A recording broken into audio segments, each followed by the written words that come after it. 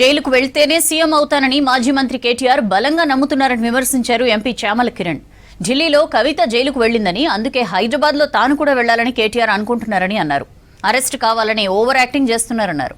ఈ రేస్ కేసులో ఐఏఎస్ అరవింద్ కుమార్ కీలకమైన వ్యక్తి అన్నారు. అరవింద్ కుమార్ ఎక్కడున్నాడో తెలియని పరిస్థితుందని, అందుకే ఏం కాదని కేటీఆర్ ధీమాతో ఉన్నాడన్నారు. కేటీఆర్ అసలు ఉద్యమకారుడే కాదని, ఆయనవన్నీ సినిమా డైలాగులేనని విమర్శించారు చామల.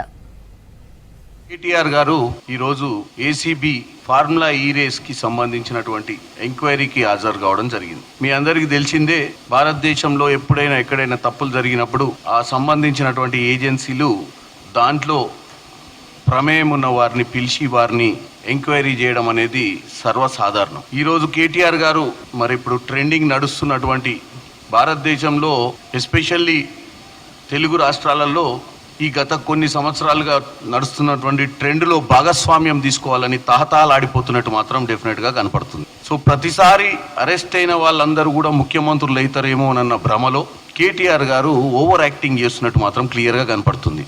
అరెస్టు చేయాలన్నా అరెస్టు చేయొద్దా అనేది ఎంక్వైరీలో వీళ్ళు ఇచ్చే ప్రశ్నలు, వీళ్ళు ఎంక్వైరీకి సానుకూలంగా స్పందిస్తూ వాస్తవాలు చెప్పకపోతే కొన్నిసార్లు అటువంటి పరిణామాలు జరుగుతాయి.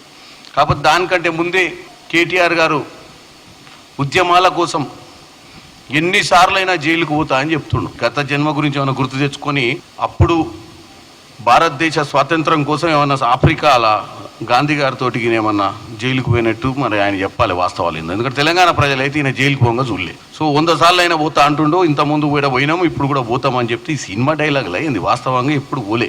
భరత్ అనే నేను సినిమాల విజువల్ రిలీజ్ చేసినట్టు ఇలా ట్వీట్ పెట్టిండు. మళ్ళీ ఇంగ్లీష్లో పోయిందేమో ఏసీబీకి, చేసిన తప్పుకి ఏసీబీకి పోతే ఈ సినిమా సెట్టింగ్ తోటి ఇది ఫోటో.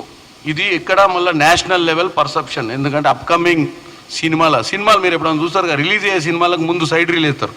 ఆ మాదిరిగా ఈ భరత్ అనే నేనులో హీరో మాదిరిగా, ఎందుకంటే అటువంటిది ఇక్కడ కూడా ఒకటి ఉంది.